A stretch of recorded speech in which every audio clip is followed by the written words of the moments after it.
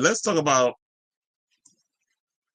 where is it? Let's talk about this witch. So Elizabeth, who apparently is not getting a lot of coverage anywhere, whatever, decided to go on Hannity's show and throw shade at her former her former co-host of The View. I don't even think she was ever on the panel with them at the time. I think the only one she was on the View with might have been Whoopi, and it might have been Joy, but the other ones, no, because I don't think she ever did The View with Sunny Hostin and the rest of them.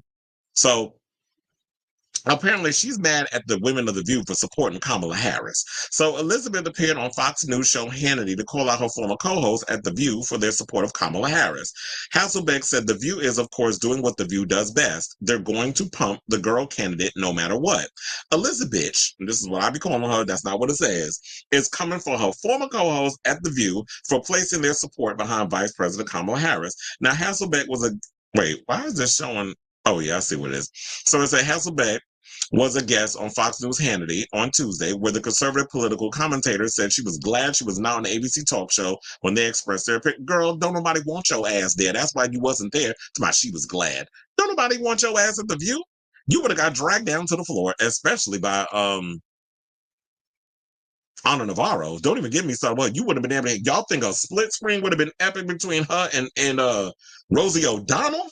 Can you imagine her sitting up there and getting read down to the floor by Ana Navarro? She wouldn't have been able to take it. She'd have been whining to that producer I can't stand. What's his name? The one that be producing the show. Brian Tedder. I don't particularly care for him. She would have been whining him. I mean, bitch, if you gonna step in the ring, nuck if you buck, is what I say. If you're gonna be able to sit out here and say all this mess over at Fox News, and you gotta remember, if you're gonna get in the ring with a bunch of liberals and even someone like Ana Navarro, who is a Republican but is not a Trump-publican, then you got to be able to debate some people instead of just sitting up there with a bunch of people that nod their head and spread a bunch of hate and vitriol, which clearly is showing in them lines you got in your face. Ain't enough amount of makeup that you can have, and all that sheen that you got in that face can hide them wrinkles, sis. So she also slammed the mainstream media for being in manipulation mode, with coverage shifting away from Donald Trump's assassination attempt to Joe Biden stepping down from the presidential race and now Harris's run for presidential candidate for the Democratic Party. She said that's why this announcement came right now. They don't want us talking about what happened. They don't want us talking about a resilient man who faced a near assassination and stood up with resiliency. Girl, how much are they paying you to say this foolishness? She said, so what do? A text break up in switcheroo. Oh God, you could tell she's such a white woman from the Midwest. A switcheroo.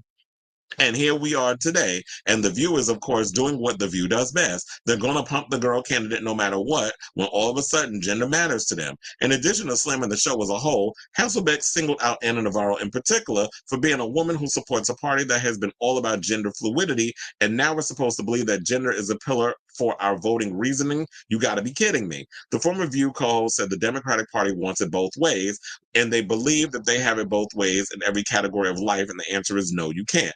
This basically sounds like some shit that, when clear people get in their whole situation, they get mad because things aren't going their way, but they want to use, hate and vitriol and ignorance and bigotry to go at people and deny people rights. You want to deny gay people rights. You want to deny black people rights. You want to deny women rights. You want to deny young people rights. You want to deny everybody rights because, like I said, y'all favorite equation is subtraction. Y'all don't never having a solution for anything. And I have to say this, at the end of the day, yes, Kamala is not perfect in a lot of situations, but look, she's better than the alternative. And I don't understand why there's so many people out here who are getting all upset to my, well, if you don't come out and fully support Gaza and the ceasefire, then I'm not voting for you. Sis, we have so many other bigger fish to fry. We got to worry about no shade. And I already told y'all, I'm with y'all 1,000% when it comes to what's happening to the people in Gaza and using our taxpaying dollars to kill people. This shit been going on since the March of Dimes. So it ain't just all of a sudden they've been using our money to take out people, Palestinians. They've been using our money and our taxes for a lot of things, both sides, that I don't necessarily agree with. But this is the hand that we've been dealt at this moment. So I want to give a shout out to Angelica Ross because she basically summed up my feelings in regards to this whole situation. She said, I'm voting for Kamala. This is not an endorsement nor a debate. It's what I believe is the best choice for now until I or someone else figures a viable alternative solution. There are plenty of other options, but the current condition of our society is limited. It's not even about the candidates. It's about us. It's about you. It's about me. In addition to voting, what will you do with your life to create change? And I think that is where we need to look at it. People like Elizabeth and them, they were so happy with this win that we're gonna just do hate whatever because Elizabeth's good with her money. She's good in her situation with her Tim and her fucking kids and her coins and all the other stuff. So she's not gonna be affected by all this stuff. She's at an age where she's pro-choice. Her eggs is probably powdered at this point. She ain't bringing no more damn kids in the world. So the whole abortion thing does not affect her. All these other things, it doesn't affect her.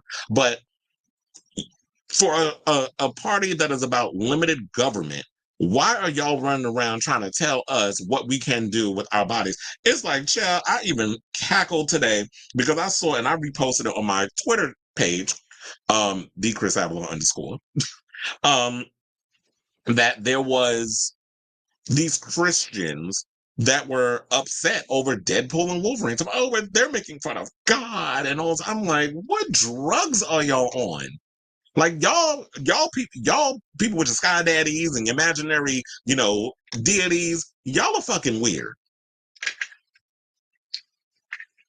Now I do believe in energy and higher power and all that other stuff, but the things that these fake ass, religious folks and these Christians, y'all are the most ungodly people I've ever encountered.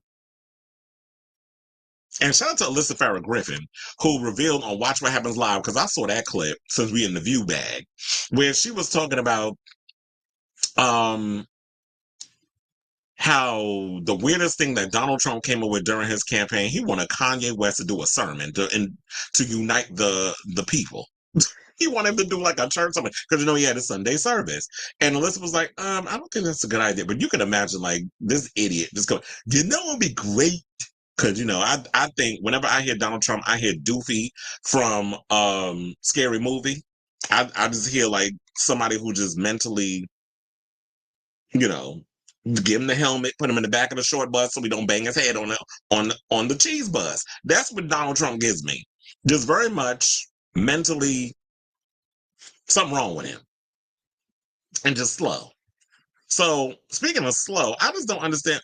Elizabeth, where the fuck have you been in regards of this whole thing of talking about how, oh, well, now they're using gender politics and stuff. First of all, the women of The View don't even have to do that. Just JD Vance alone opening his mouth is enough to push away women, particularly his comments about childless cat ladies, which they've decided to make, for some godforsaken reason, Taylor Swift the mascot for that. And I did, and I love the fact that somebody said that they appreciate the fact that I've been very neutral in regards to my opinions on Taylor Swift. Y'all already know I don't get the music. I'm not a fan. I do like 1989 because it's pop oriented, but for the most part, I'm not a Swiftie. But I did say that you know what? Unlike JD Vance, who allegedly, I believe, brings his knee pads to every meeting to get all the millions of dollars that he's gotten under the guise of that queen that runs PayPal. Taylor Swift ain't never had to bring her knee pads to a meeting. She's literally the epitome of pulling yourself up by your bootstraps and making a name of herself through her hard work, dedication, and her business savvy.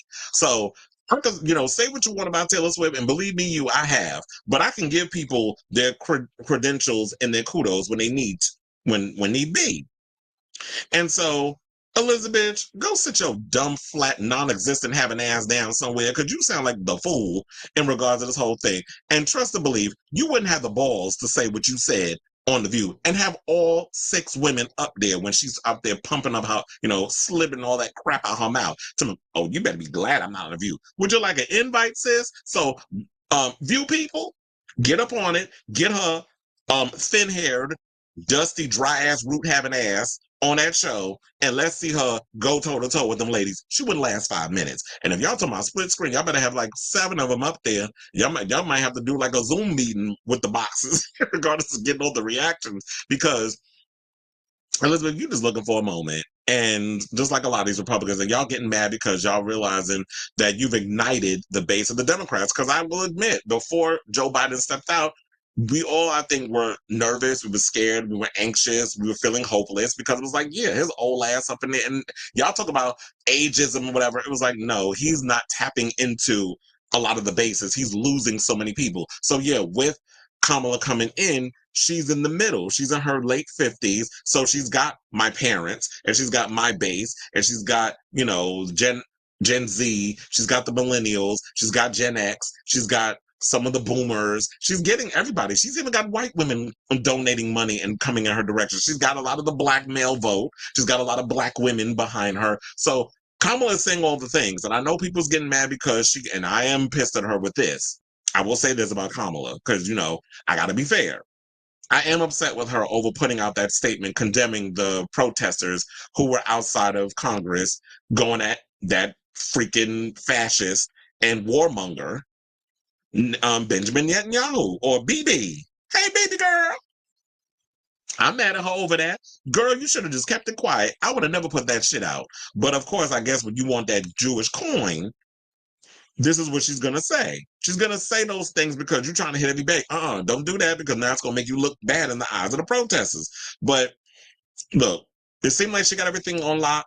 We don't have time to play around with our democracy. Our democracy, depends on this whole situation. We get Kamala in, that's when we can go and hold her feet to the fire in regards of what we want in regards of a better future. So that's what we have to come at it. Don't be like Cardi B's stupid ass talking about, well, if you don't give a ceasefire, if you don't say we get a ceasefire, I'm not voting for you.